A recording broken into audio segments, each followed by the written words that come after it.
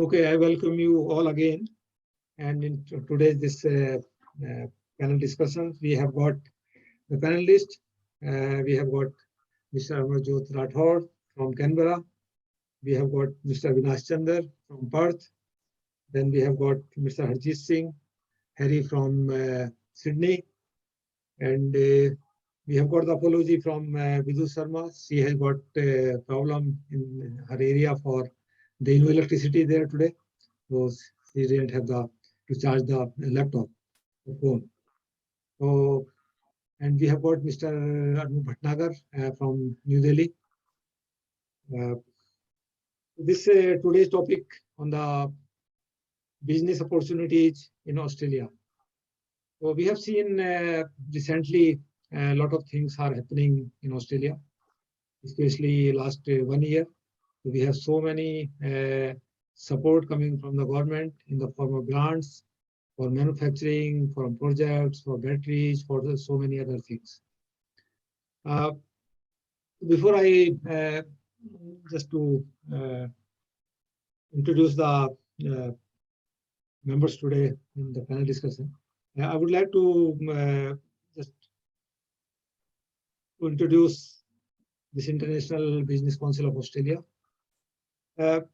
This International Business Council of Australia was registered in 2019. And immediately after, we have got this COVID problem, and then we did some functions. The last functions we did in 2019 in the Indian Consulate. At that time, we had the panel discussion on the India towards $5 trillion economy. So that was well attended. And after that, last year, we had another, and after that, we had a function in the Indian Consulate General in Perth, and that for the business opportunity in US. And the last was in last November when we had our general body meeting. With that time, we had this business award night also. So this International Business Council of Australia promoting the businesses all over the world. And this is the starting. We have got almost 80 members so far, and most of them are the life members. We have got the corporate members and other membership categories.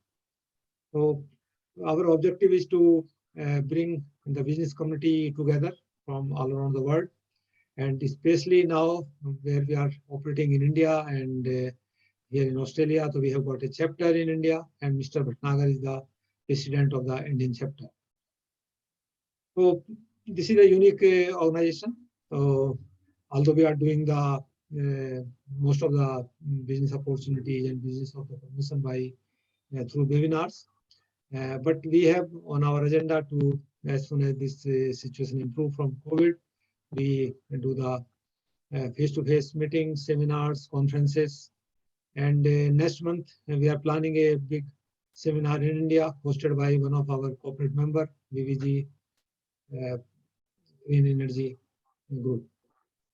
So besides that, I would like to ask the people, those are not the member yet, so they can also become the member. And the best membership, the life membership, you pay once only, and the individual membership in our last board meeting, so we continue that it will be 50% discounted. Instead of $500 in Australia, you can pay only $250. In India, it is 15,000 rupees, so they can pay only 7,500 rupees only.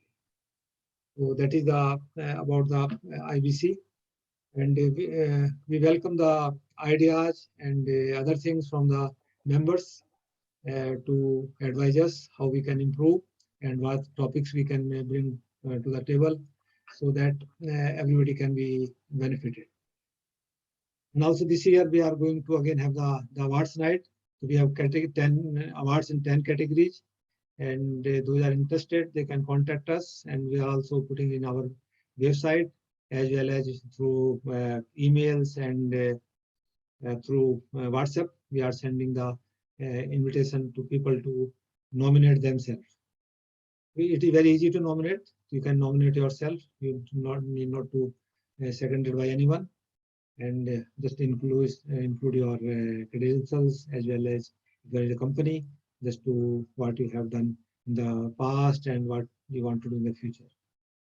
Okay, so I after this, just I come to the panel discussion. So I would like to ask Mr.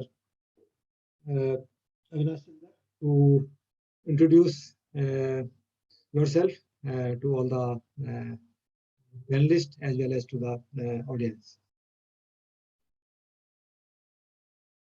Just unmute your microphone, please. You are on the mute. Yeah.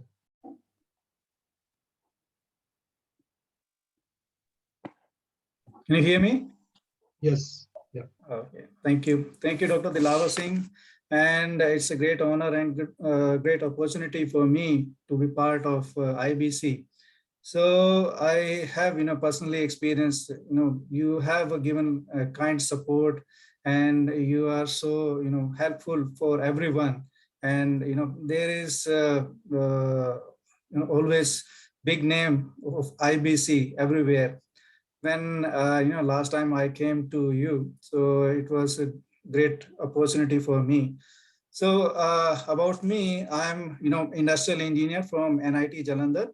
I have over 20 years of experience in manufacturing, big projects, mainly in lighting industry. Then after 2013, I have experienced for ISO 9001, 50001, 14001, and 45001, that is occupational health and safety.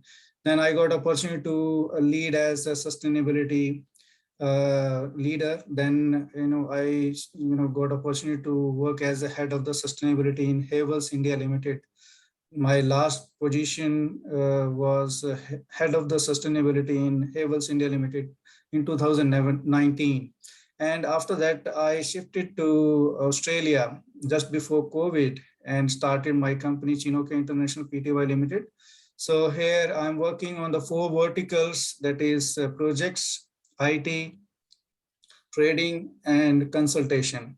So these 4 verticals, first related to projects, I'm working on the lighting and wire and cable manufacturing.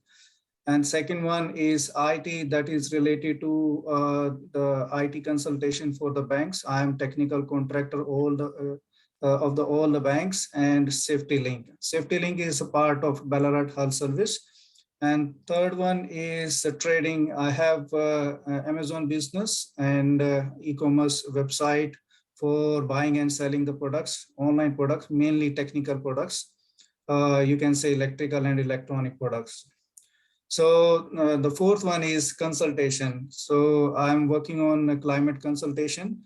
So there is a website, www.climateconsultants.com.au.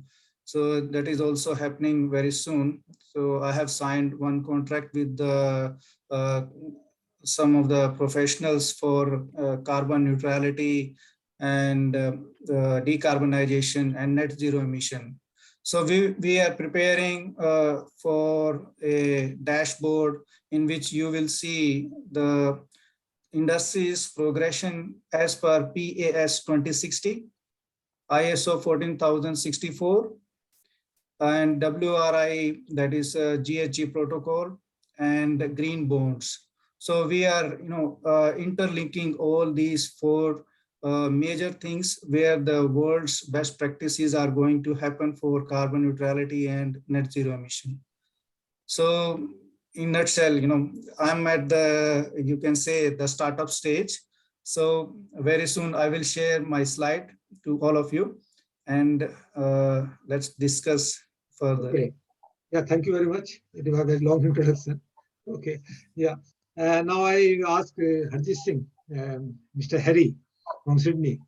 So please introduce yourself, but be very brief. Yeah. Just unmute yourself first. Yeah.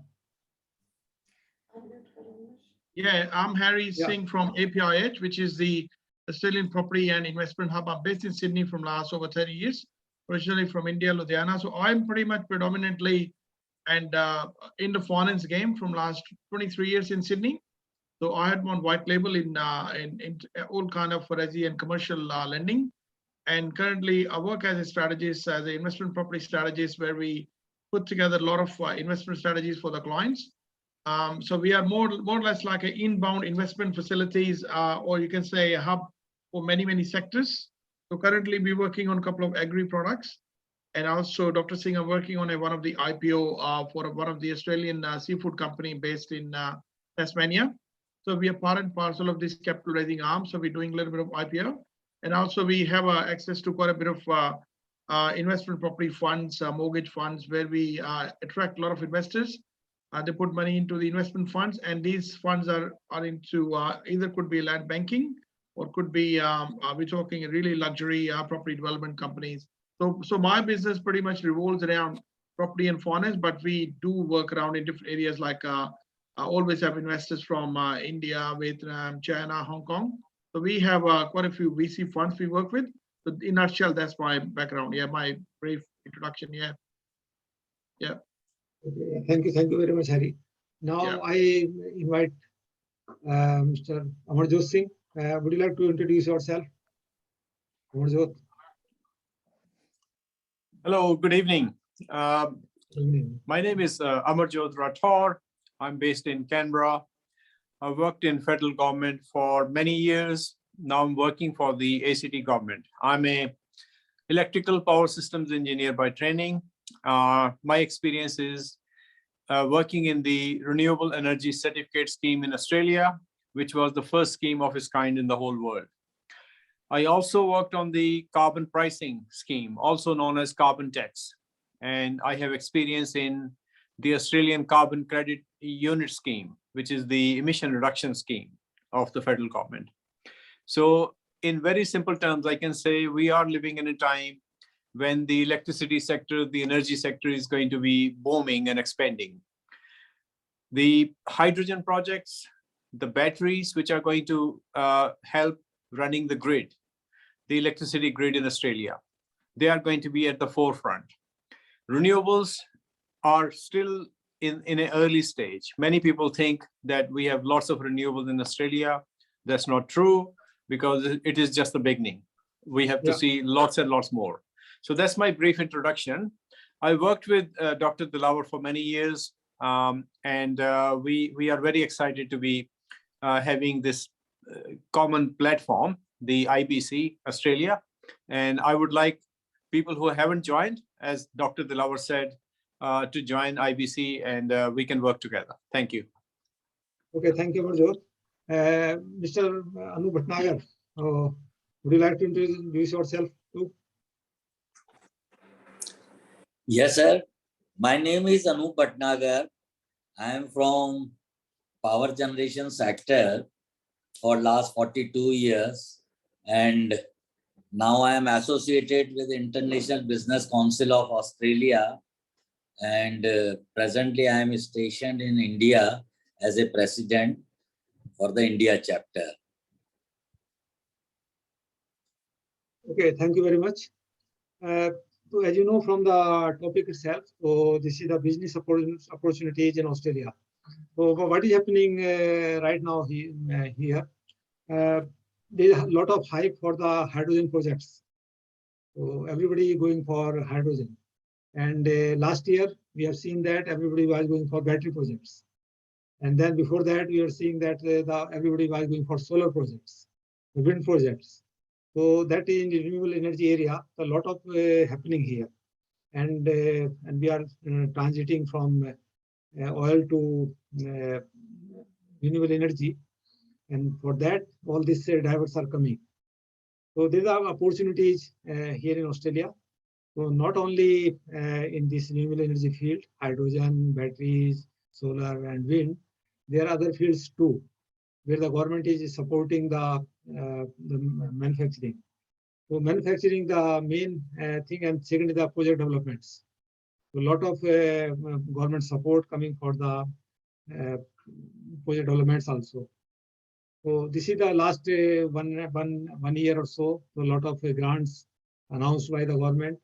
And recently, there one grant announced by the Western Australian government for this is called the Investment Attraction Grant.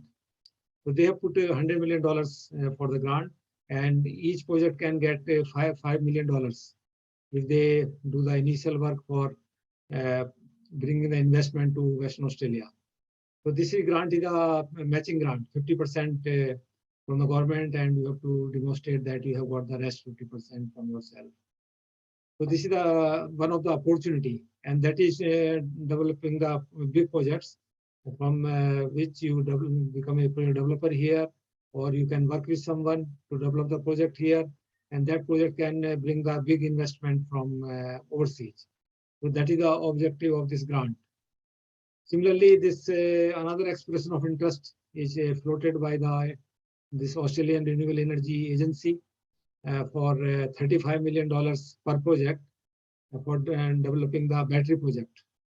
They are the $100 million grant for that also, and RENA is seeking the 3 projects to develop on that side. So that is also the this grant is fixed maximum 35 million, but the project 100 million, then the rest you have to bring yourself. So that is the opportunity here.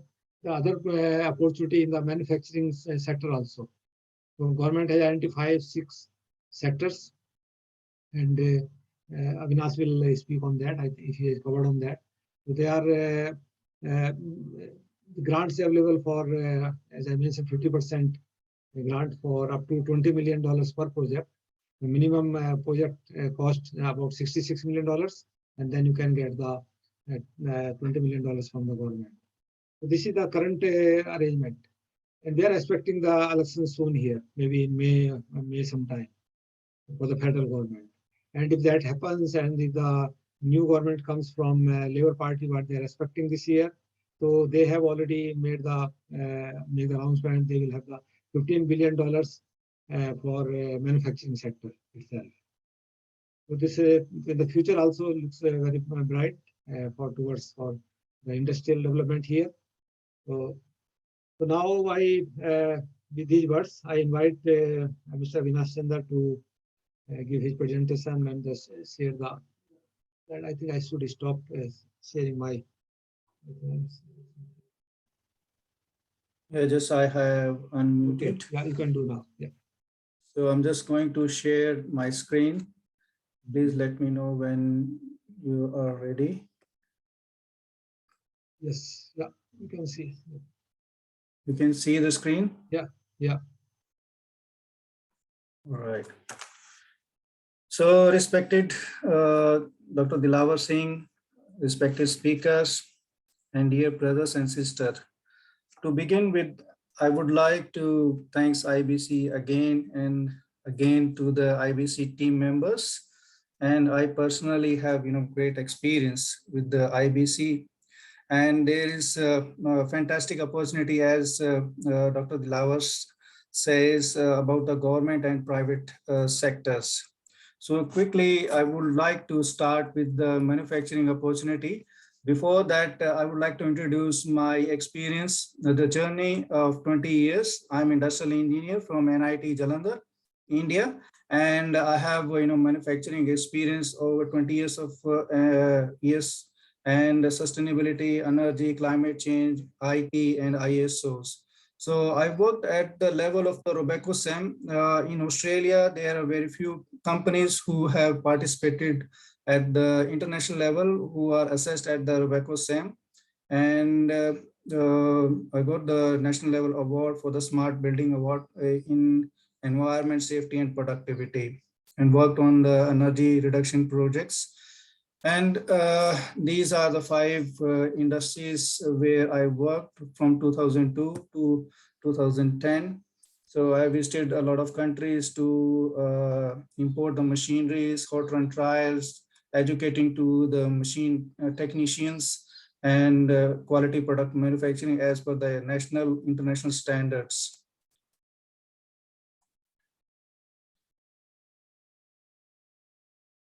Now we are talking about the opportunity of manufacturing in Australia.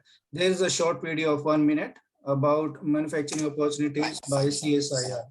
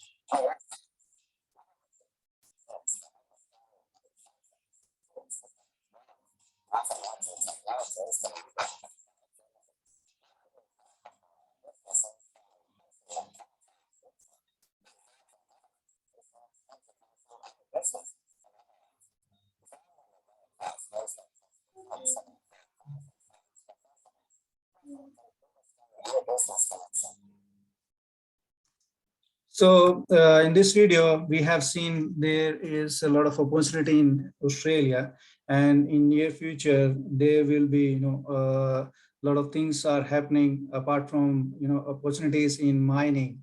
So government is also focusing on further manufacturing, their in-house manufacturing, and inviting to the technical professional and machine manufacturers so that they can start their own in-house manufacturing. Now, I'm going to talk about the opportunity of a free trade agreement. In the last session with Mr. Piyush Goyal has signed agreement with the Australia, especially with the Western Australia, for free trade agreement for shipping the and trading the products from India to Australia. In 2015, China has signed the agreement in December 2015. So in December 2022, we'll get the opportunity to start a free trade agreement. Now there are opportunities coming up, and huge demand is carried out by the Harvey Norman, Kogan, JB Hi-Fi. They are a huge products sellers in Australia. They have very good sales and revenue. You can see the $10 billion revenue they are generating. In this last result, you will see the EBITDA is 1.457, which is quite good figure. Harvey Norman is very big brand, and then JB Hi-Fi is progressing year on year. The growth is 11.6%, and there are the stores and from where they are getting their products. And these are the manufacturers and suppliers from where they are getting the products. And this is Ruslan Kogan, who is the founder and chief executive director, who has raised the online business platform for importing the product and selling in the market. Now the opportunity is there. There is a huge online retail market, and we are importing from various countries, mainly from China, and we are getting printed and selling in our Australian market. Now it's a good opportunity for India as well when they will get signed with the free trade agreement. So it will be equal opportunity for Indian manufacturers and suppliers. So similarly, on the winery sector, there is another opportunity, and winery sector, especially in Southern Australia, have seen various winery industry in Western Australia itself, down south river near Margaret River. So there is opportunity for winery industry for establishing a business and exporting to various countries. The quality of raw material is excellent and world renowned. So I can see that this would be a good opportunity for the winery industry. Similarly, in Australia's defense and security, so the security sector has seen the growth for $6 billion, and in 2026 it will be maybe very high. So if you look at the metrics, so you see the fully autonomous sectors are covered under the agriculture, defense, construction, and others, and aerospace. Similarly, the system design. So this metrics is showing how the contribution is coming from the various sectors like telerobotics, semi-autonomous, and software of the autonomous applications. And this is the shipbuilding manufacturers, Austral Limited and Incat Tasmania Pty Limited, which are renowned manufacturers for the ship manufacturing. And there is opportunity for shipbuilding in Australia as well. So I'm going to talk about the projects where we can think about in-house manufacturing. That's lighting and wire and cable. So first time in Australia, we will go for the mega green factory and we'll produce in-house our lighting products, wire and cables. And there is a team who is working for the entire project.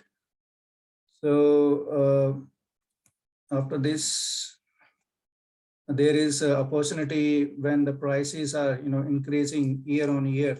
So import dependency will be there. So and delay in delivery will impact the entire market structure. And if we are looking for the specific design for the defense industry from the lighting products and wire and cable products, we are totally dependent on other industries and other countries as well. So there are the high prices in Bunnings and other lighting brands. So if we start our own manufacturing, like there is a huge opportunity in Australia and other countries as well. And wire and cables. So the market is increasing from year on year at 8.36% from 2018 to 2023. So if there is, we are talking about the investment. So we are looking to raise the turnover to $1 billion with the help of cable and lighting manufacturing. So target market is entire Australia's importers who are totally dependent on other countries and manufacturers outside Australia.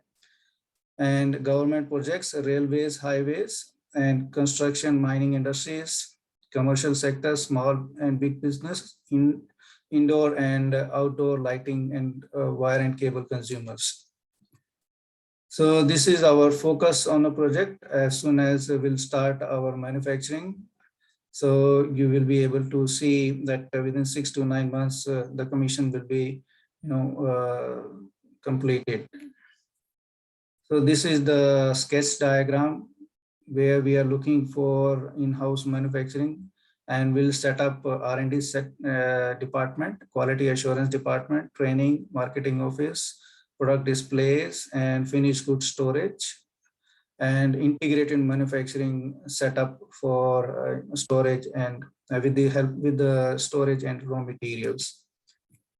So basically, for manufacturing large scale products, we need largest R&D, and we will invite universities and we'll do collaboration with the institutions and universities to go for the patents and innovative products. So this will help in creation of employment, and return on investment will be 3 years. So we are focusing on world-class manufacturing concept and quality assurance.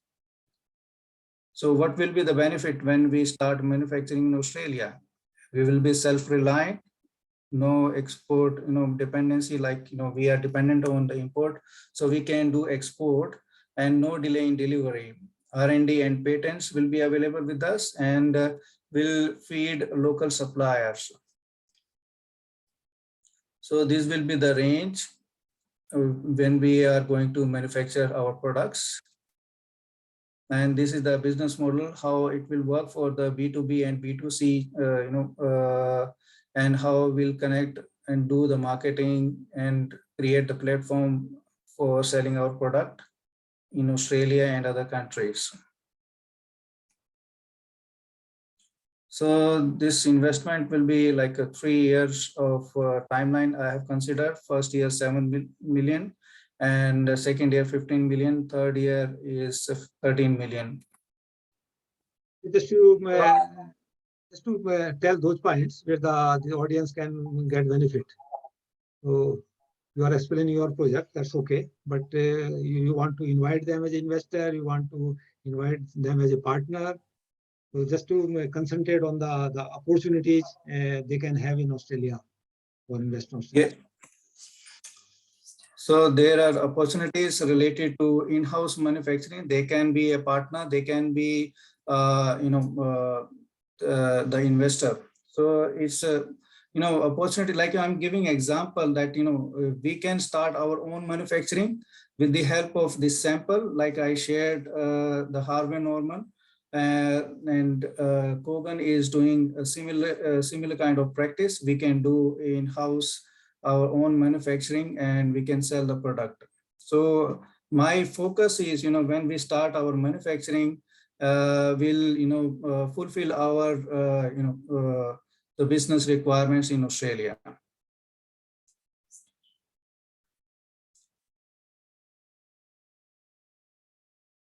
So apart from this, as I shared with you in the first slide about the consultation, I was talking about the decarbonization, carbon neutral and net zero emission. So we have the team who is working on the decarbonization and carbon neutral at the moment. Net zero emission will be integrated on the smart dashboard where we can integrate the entire setup. And the last one is the Mandro IT, where we have authorized contracting for the banks and the safety link.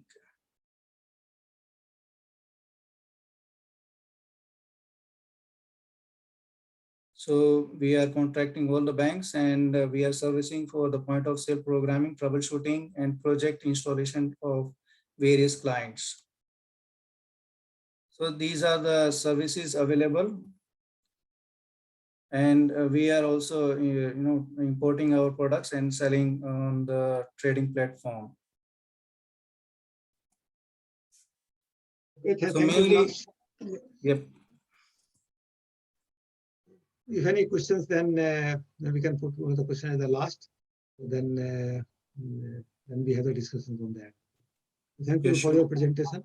And then now I invite Amarjot Singh to explain the opportunities really in the renewable energy sector mainly. Amarjot Singh. Thank you, Dr. Dilawar. So look, I think I made a brief introduction.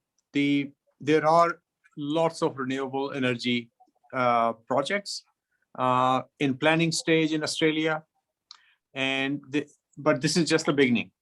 So if you look at any sort of investment scenario, what are the attractions of investing in Australia?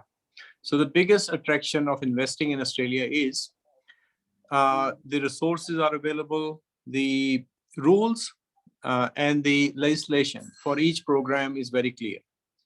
So Dr. Dilawar mentioned various schemes and various programs. So once a program is released either by the federal government or by state government, there is a criteria that the project has to meet. So talking about renewable energy scheme, which has been in place in Australia since 2001. So that scheme is basically about renewable energy certificates. But I think the devil is in the detail. So when you look at the scheme is finishing in 2030.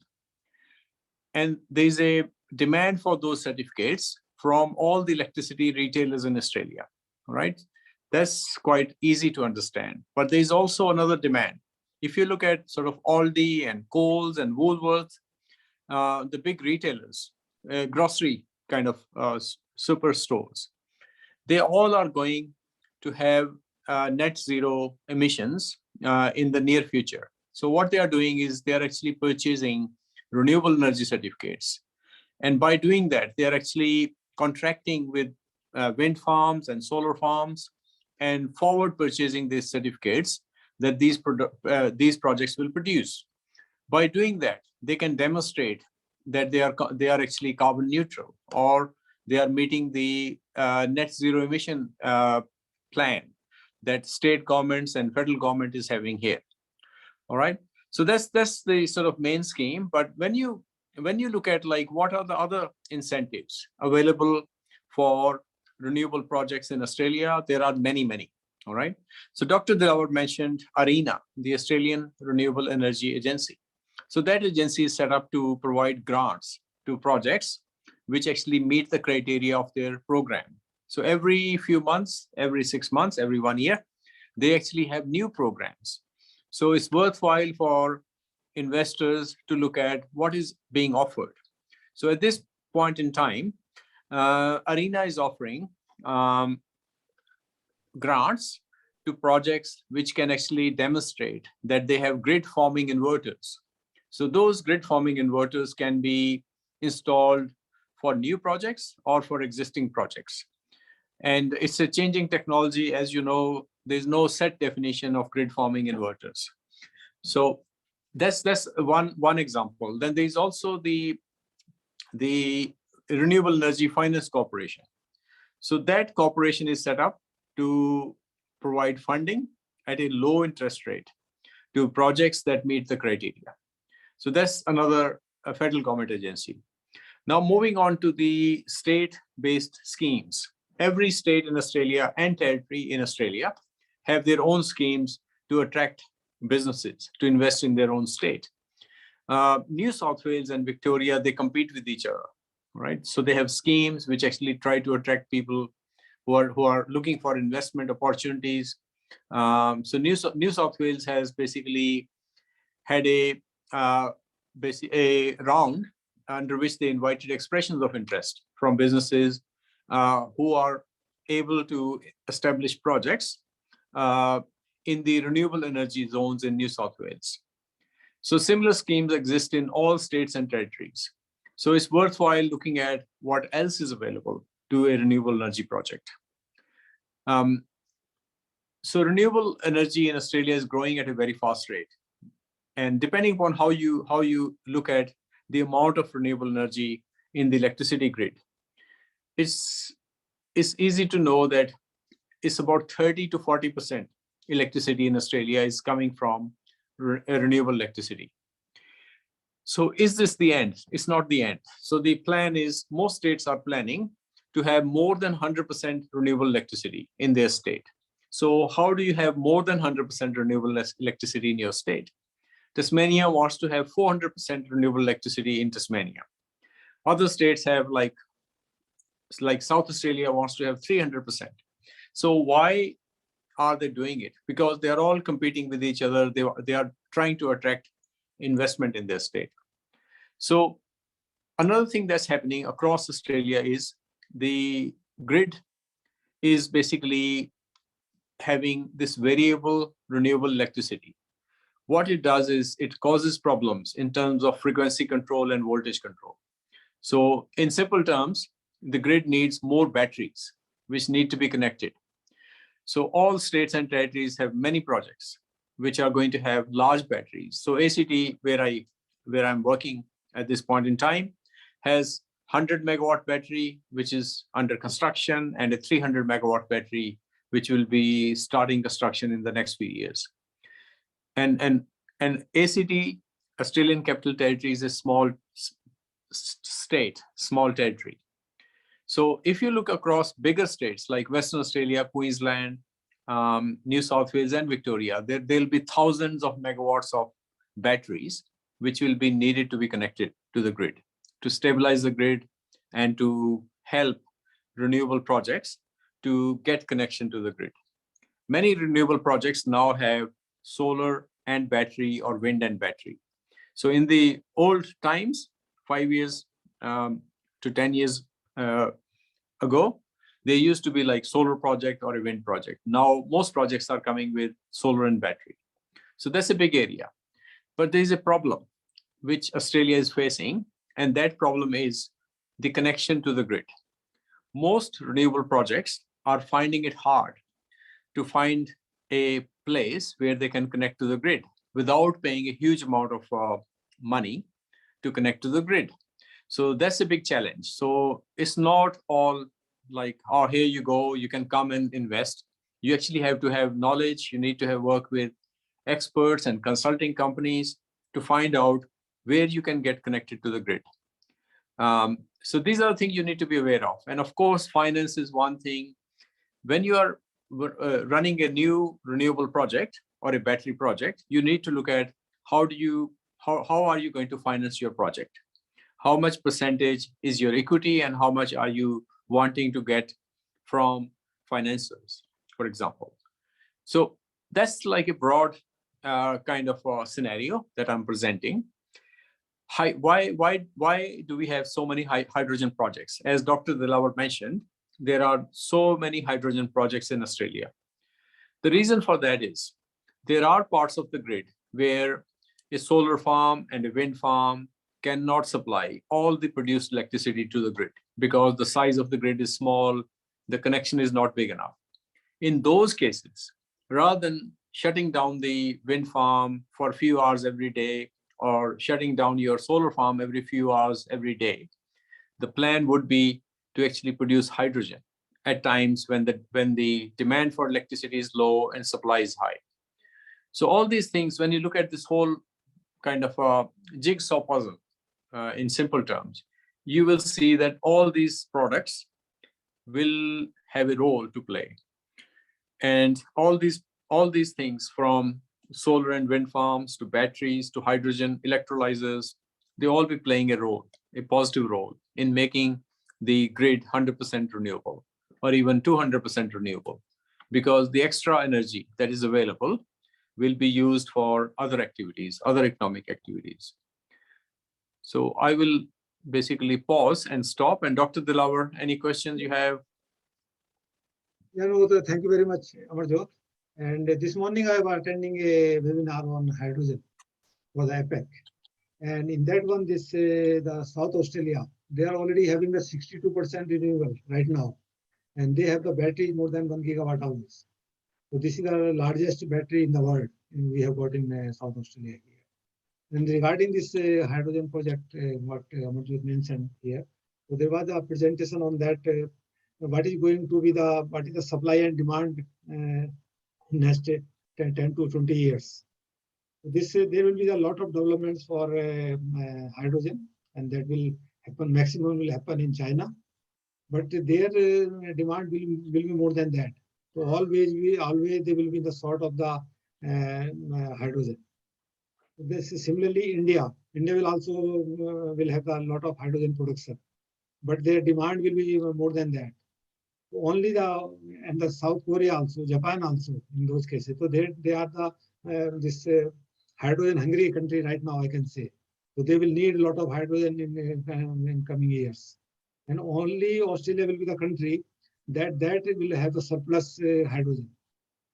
And what the projects right now in development or in construction, all those things. So we will be the pioneer and supplying the hydrogen from here.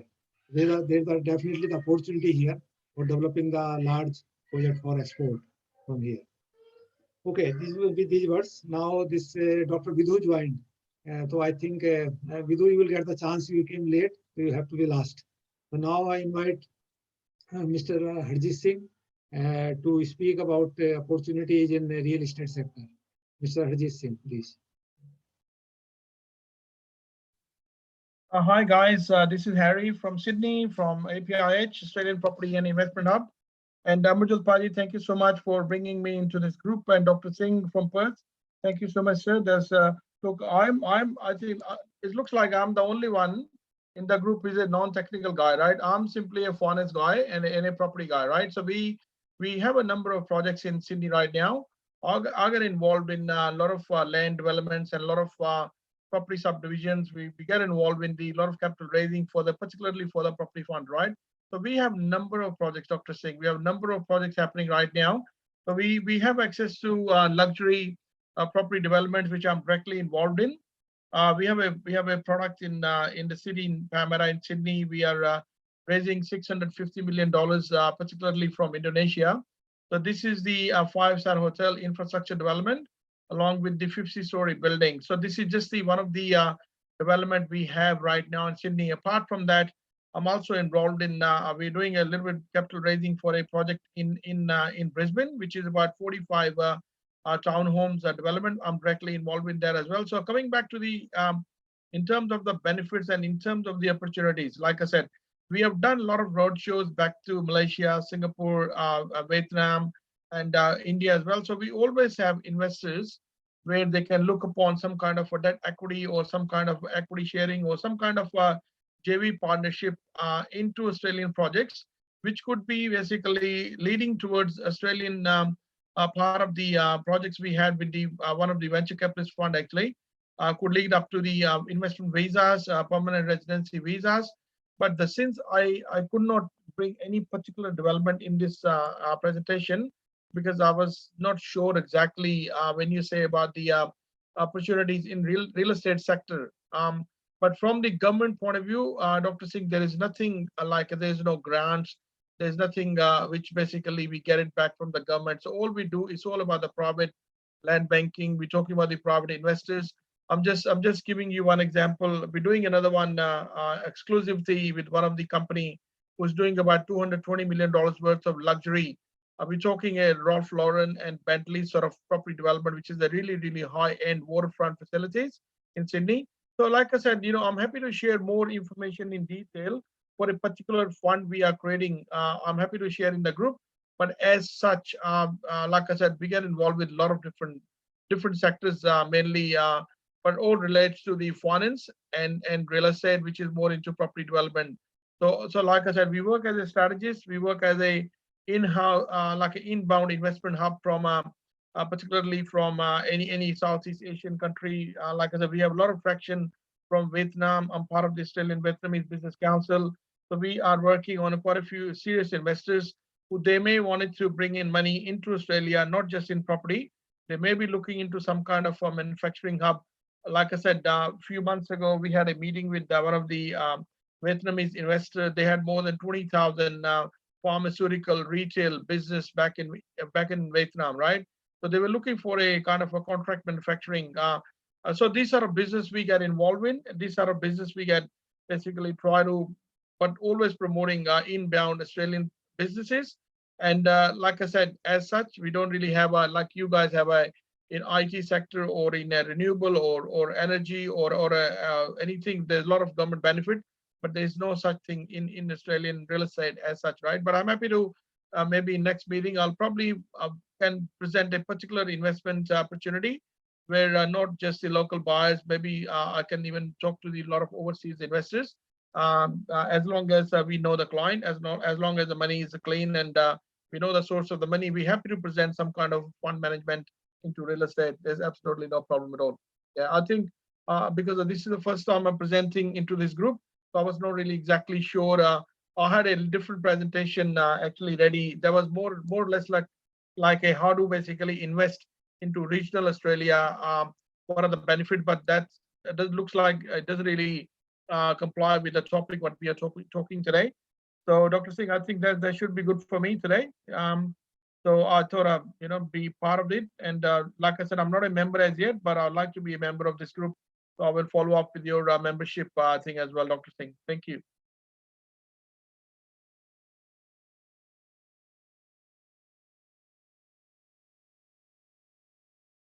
Dr. Singh, you have to do the unmute. Yeah. Okay. Thank you, Harry. So after now, I think we are also running out of time. But let's see. Now I invite Dr. Vidhu Sharma. So she is our Secretary General, and she is the face for IBC.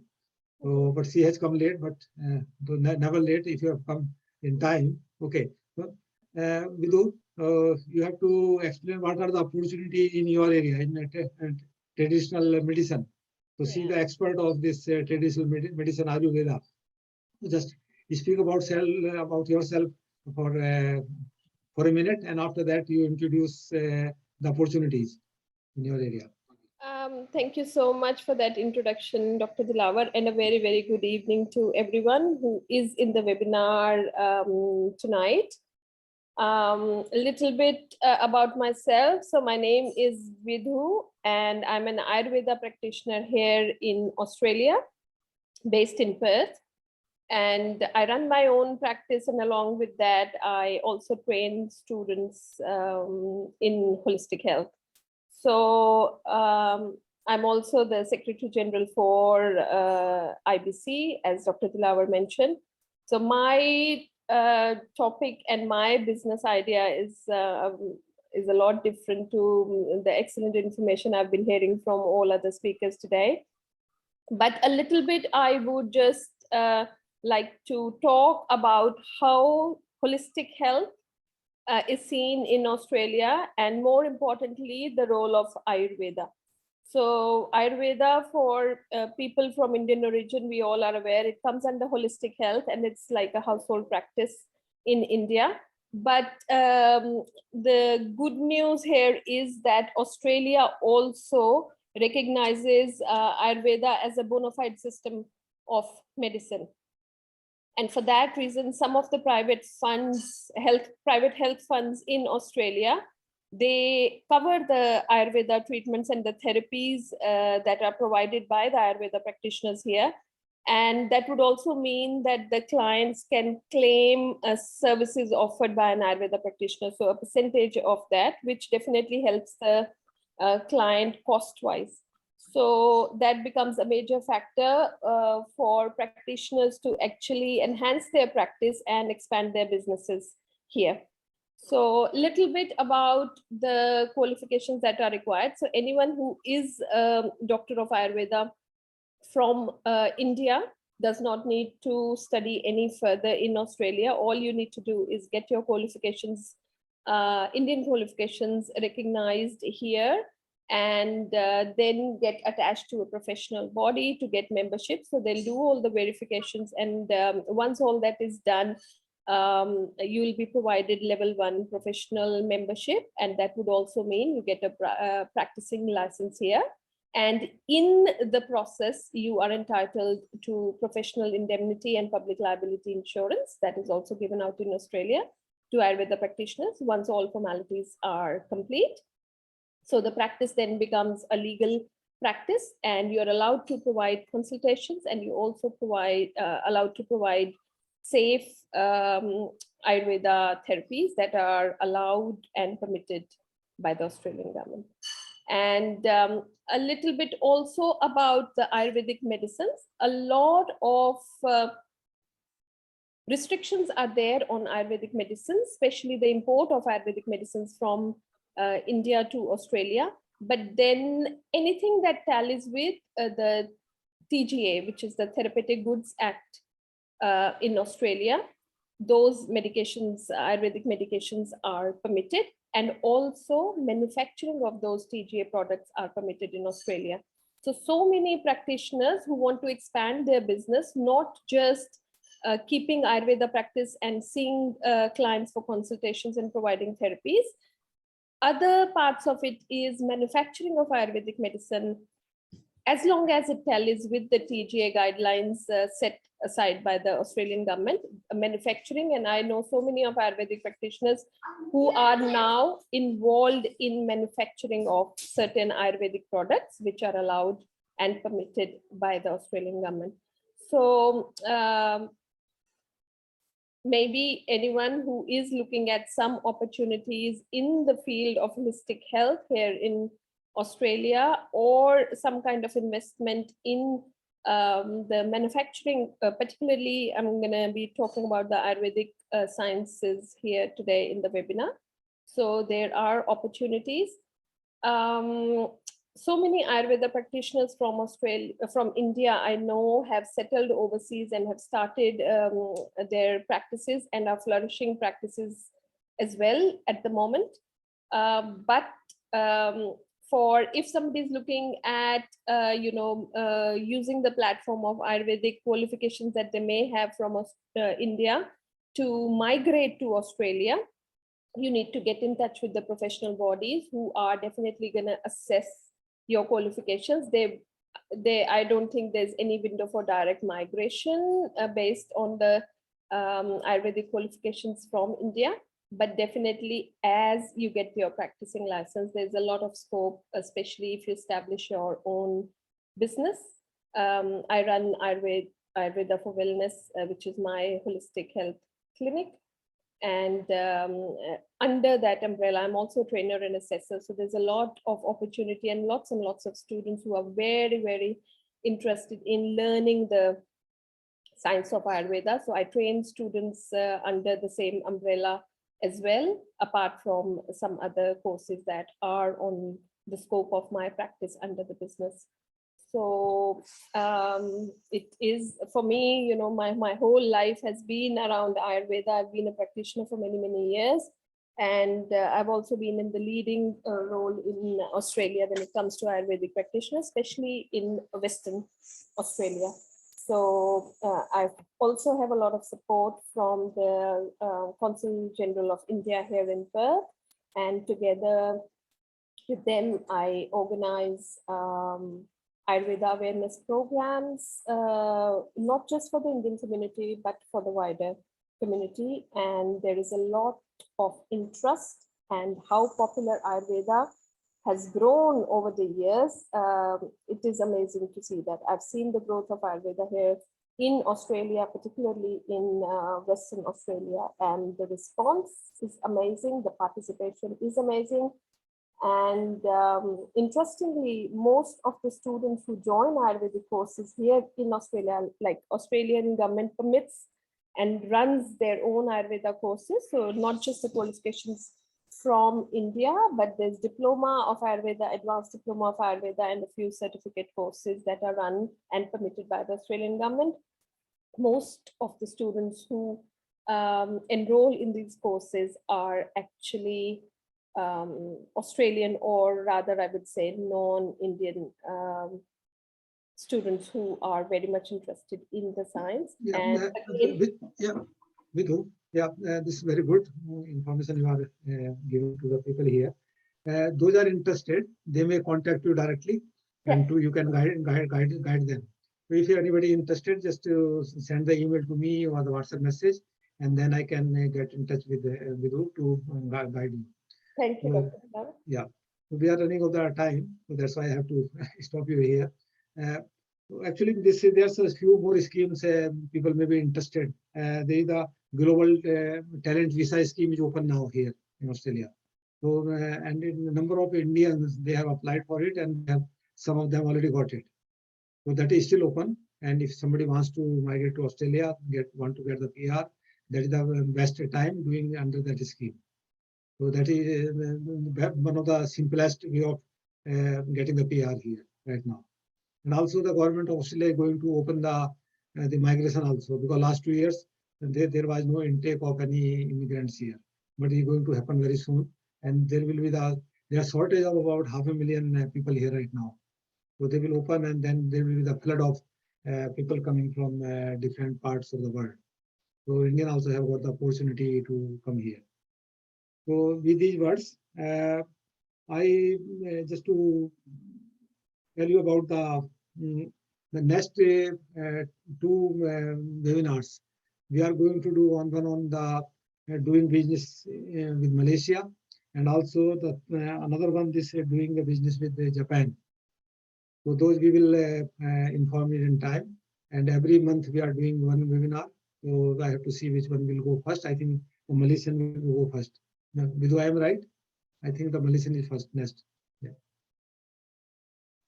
Okay. And that time we will involve also the Malaysian Consulate General for doing it. Likewise, we have to use this Japanese Consulate General, so they support us, and also the Malaysian Business Council here, and also the Japanese Business Council of Australia here.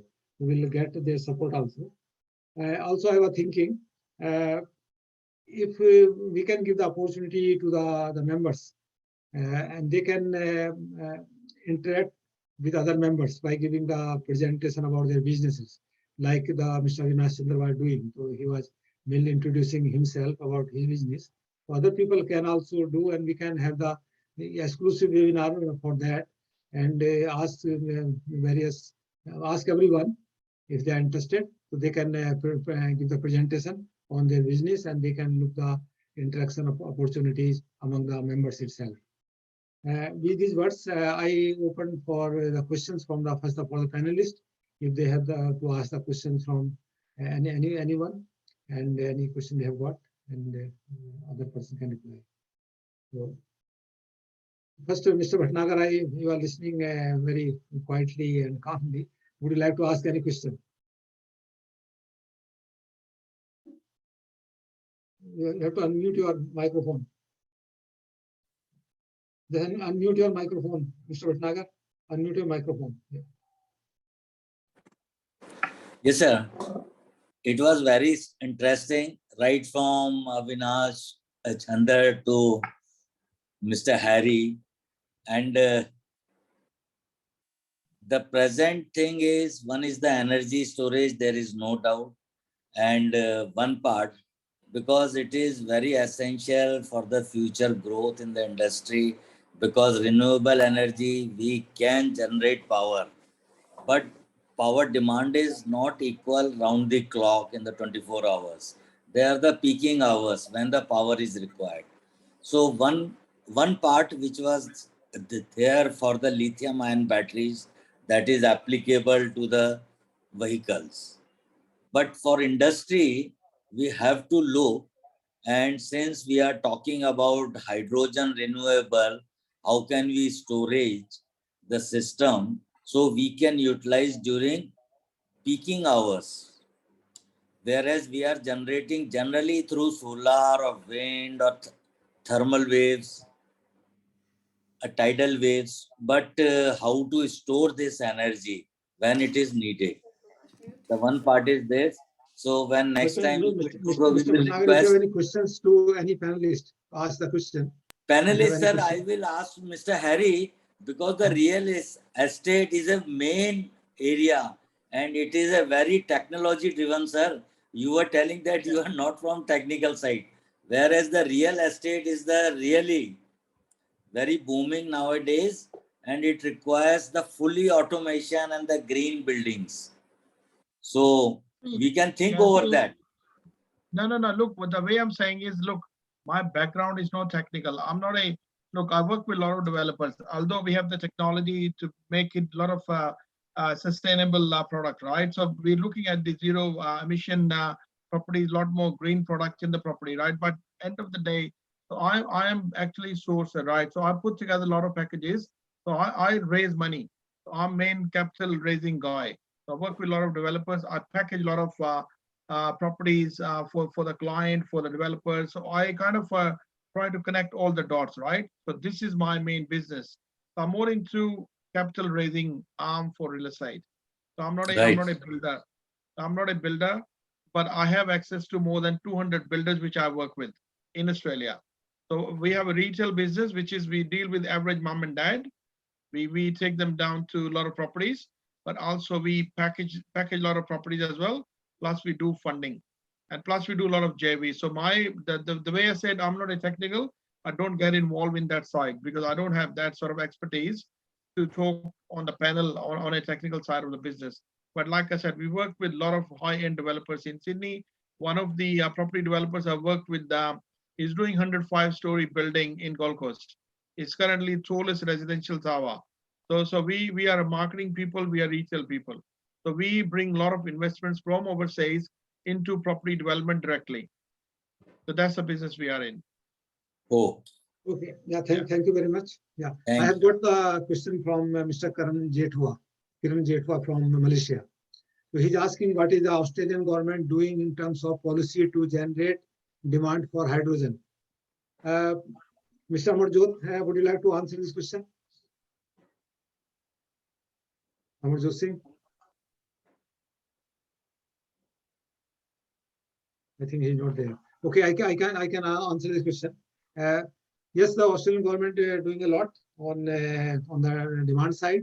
So the demand is coming for vehicles to use the hydrogen, and also for blending with the natural gas.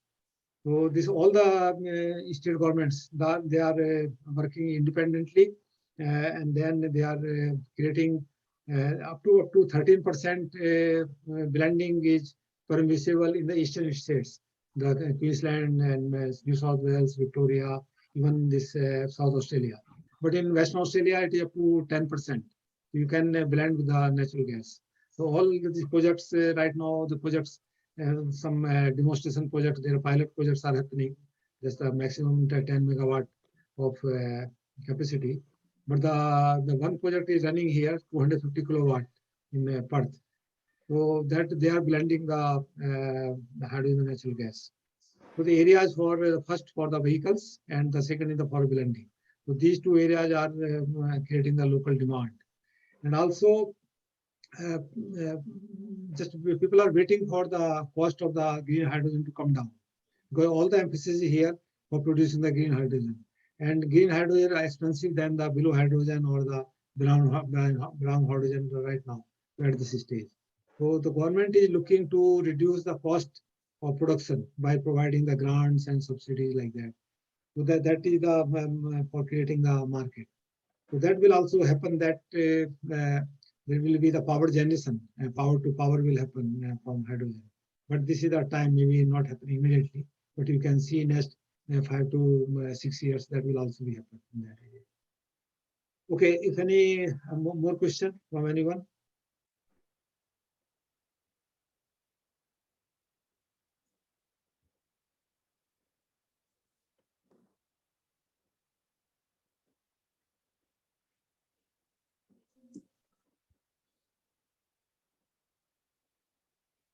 There are some, I got two remarks from India, Mr. Dhaka, and they want to cooperate with the IBC to promote their business.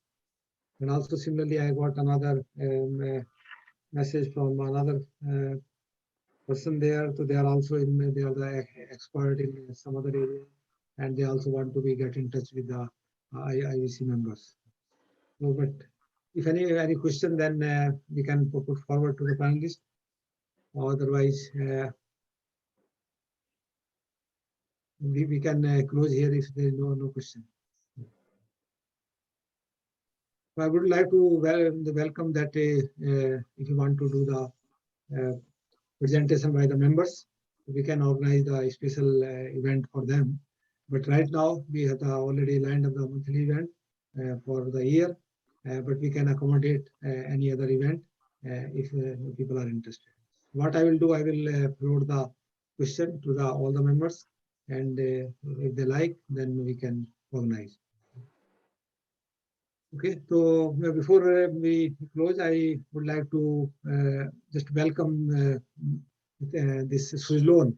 Suzlon has become our corporate member recently, and before that, this Puja Energy, they become our corporate member. So this we are getting new companies; they are becoming member. So that's a good thing, and we are promising here to deliver from our side to them. Mr. Bhatnagar, before we close, would you like to say a few words about the seminars you are planning with this BVG in India in April? Have you some updates on that? Exact date not yet finalized, but sir, we are organizing with BVG group, and it will be very useful. And that time, within next week, I will send invitation to all. And the agenda for that brainstorming session also, how now India, because this pandemic period is now almost over, and everything is open, so we can start again. And just I will finalize this our topic, although it is for hydrogen renewably, but exactly I will send the program to all the members by next week. No problem. Okay, Thank you. that's good. Yeah, okay. Then. So if there is no question, so I would like to take this opportunity to thank all the panelists today. So it was a very good interactive session, and we have learned a few things today, what is happening in Australia, what the opportunities are there. And maybe if anybody has a question, so they can put the question directly to me and we would like to answer the question. Yeah. So thank you very much. Thank you all the panelists and thank you all the audiences. And we will be in touch soon. Okay, thank you. Okay, Thank bye. you. Thank you. Thank you. Thank you. Thanks.